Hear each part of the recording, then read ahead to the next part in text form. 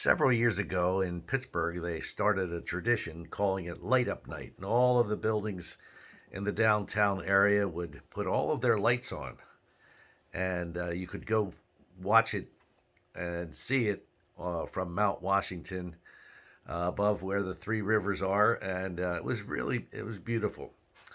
But then they started to do something that kind of grieved me. They started calling Christmas Sparkle Season.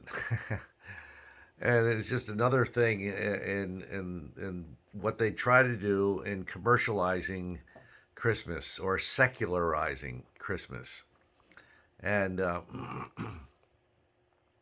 trying to be politically correct. Or nowadays, it's the woke crowd that is trying to get everybody to say the right things, what they want to do, and if you don't, then they're going to destroy you.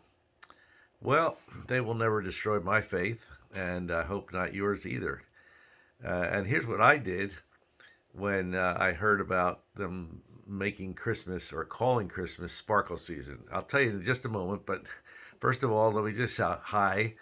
I'm John Kuert, pastor at Alpha Assembly in Clarion, Pennsylvania, and thanks for joining me once again for another Heart to Heart Talk.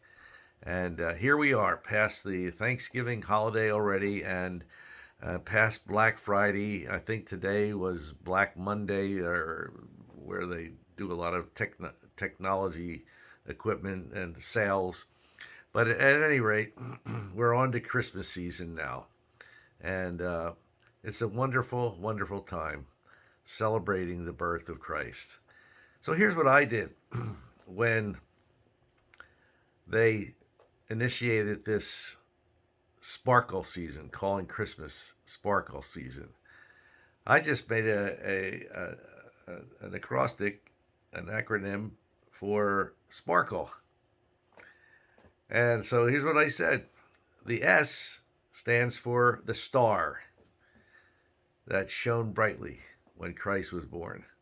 The P stands for peace, or the Prince of Peace, Jesus, who came from heaven to earth.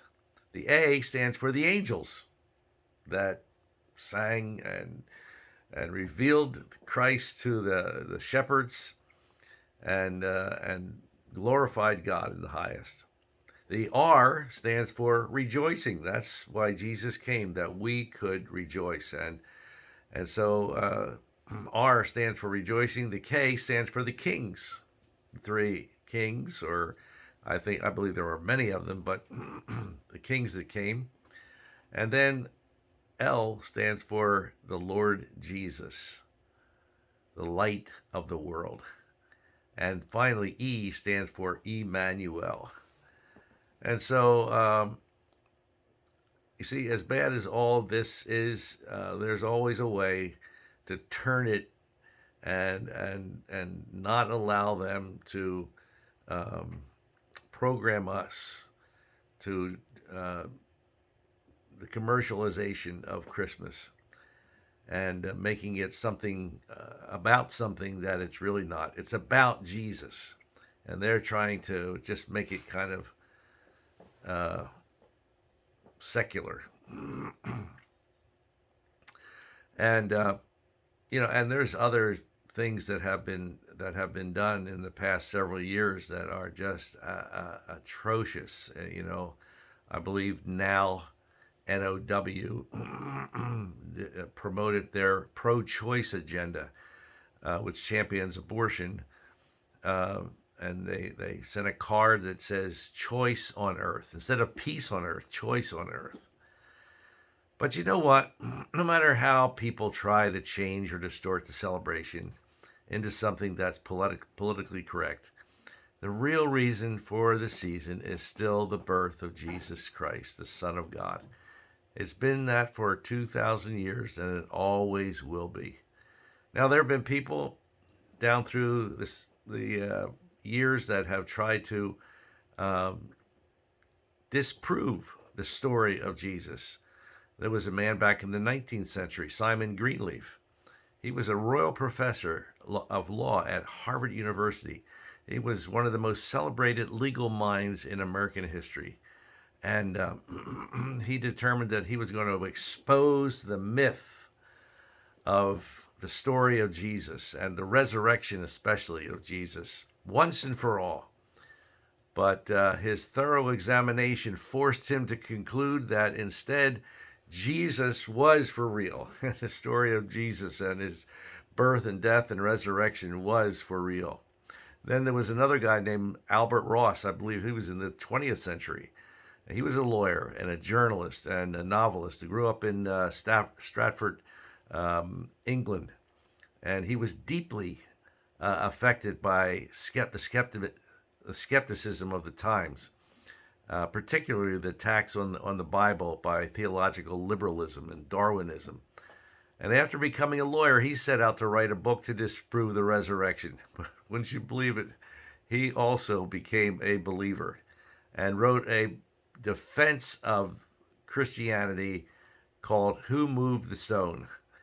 The birth and the death and the resurrection of Jesus Christ. And then more recently was a guy named Lee Strobel. He was a reporter for the Chicago newspaper and was an atheist. His wife became a Christian, and he thought, oh boy, I'm going to have to really decide to study this and disprove it so that my wife will not do what go in the direction that she's going.